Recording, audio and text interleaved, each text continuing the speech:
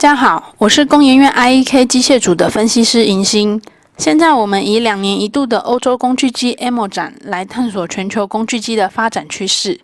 2017年 EMO 展的主题是物联网促进智慧生产。本次展会经由主办单位统计，有超过2200家厂商参展，6天累积人次突破13万，其中有一半是海外的参观者，期间创造的订单价值高达80亿欧元。接下来是详细的展馆分布图，最大宗的产品还是以车床、铣床和综合加工中心为主。除了2馆和14馆是由 D&G Marine 和友嘉集团包管之外，其余厂商都散布在各个场馆。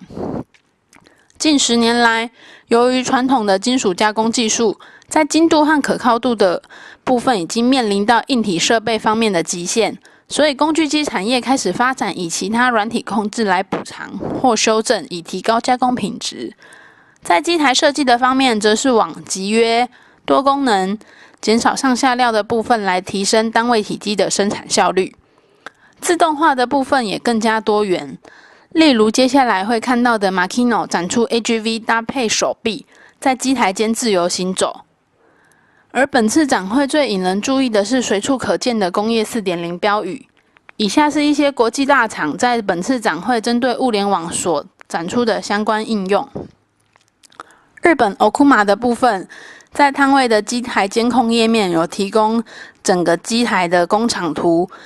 机台状态、生产履历和架动率的监控页面，主要还是以监控、收集资讯、分析资讯、最佳化、预防保养和机台间的连线，作为本次主打工业 4.0 的部分。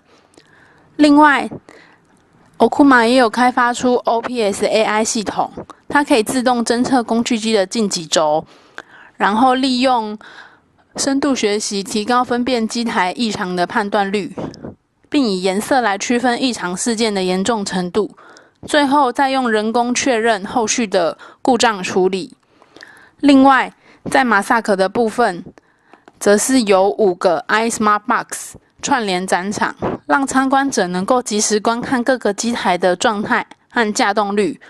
总共以5轴、力握式加工中心、车床、多轴复合和雷射加工，总共25台工具机的状态监控。另外，在 Makino 的部分，则是将工业 4.0 分为4块。接下来我们就来看自适应自动化和不同通讯系统协作的部分。在自动化的部分 iAssistant 就是刚刚提过 AGV 搭载手臂，在料架以及3台机台之间穿梭来进行换刀、换电极以及上下料的动作。另外，在机台监控的部分 Makino 也可以提供瓶颈制程检出、机台警报分析、机台状态、架动率和机台能耗的部分，作为监控的一些因子。另外，最后我们来看到韩国Doosan的部分，它除了单机的一些最佳化的软体跟自动化的 solution 的部分，这是最和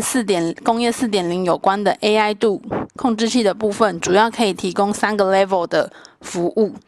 Level 1是比较常见的即时监控、刀具管理、维修保养跟生产数据分析。Level 2则是偏管理的部分，和一些 ERP 跟品质管理系统的整合。Level 3的部分则是以机器学习和远端服务作为主打的诉求。以上就是本次国际大厂在工业 4.0 目前发展的状态。但是这一次因为主题是物联网促进生产的部分，所以其实在展场中每个厂商都有使出浑身解数，目前是呈现一个百家争鸣的状态。以上就是本次的影音评析，谢谢。